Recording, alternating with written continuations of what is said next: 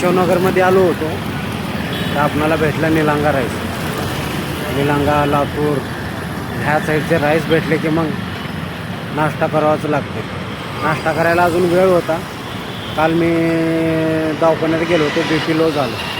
मग जास्त पोटाला उपाशी मारून पण जमत नाही. तर जातो निलांगा राईस खातो फर्स्ट क्लास. निलांगा राईस रेडी साईडला लावलेला निलांगा राईस 20 रुपये. आला आपला निलांगा राईस. असं चमकावं लागते, झणझणीत जरा खायला मजा येते.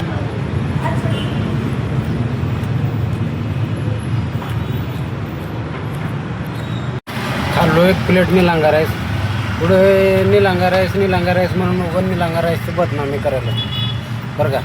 खरं सांगतो तुम्हाला, कोणी बनवाले निलांगा राईस फेमस आहे, त्याला चावून आठव.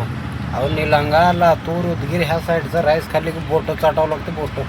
हां, उगं त्याच्यात भळं बकळ कलर टाकायचं, झालं लाल दिसले की निलांगा राईस. काहीच चव नाही, चव ना आठव. भोसरीला खाल्लो होतो, चांगलं लागलं होतं मला एकदम. निलांग्यामध्ये खाल्ल्यासारखं. आपलं निलांगा, लातूर, उदगीर ह्या ठिकाणी राईस खाल्ला का त्याची चवच वेगळी काय म्हणा तुम्ही. पण इकडं पुण्यात निलांगा राईस भरपूर ठिकाणी भेटतं, तर तुम्हाला तेच चव कुठं तर भेटणार, प्रत्येक ठिकाणी भेटणार नाही आहे.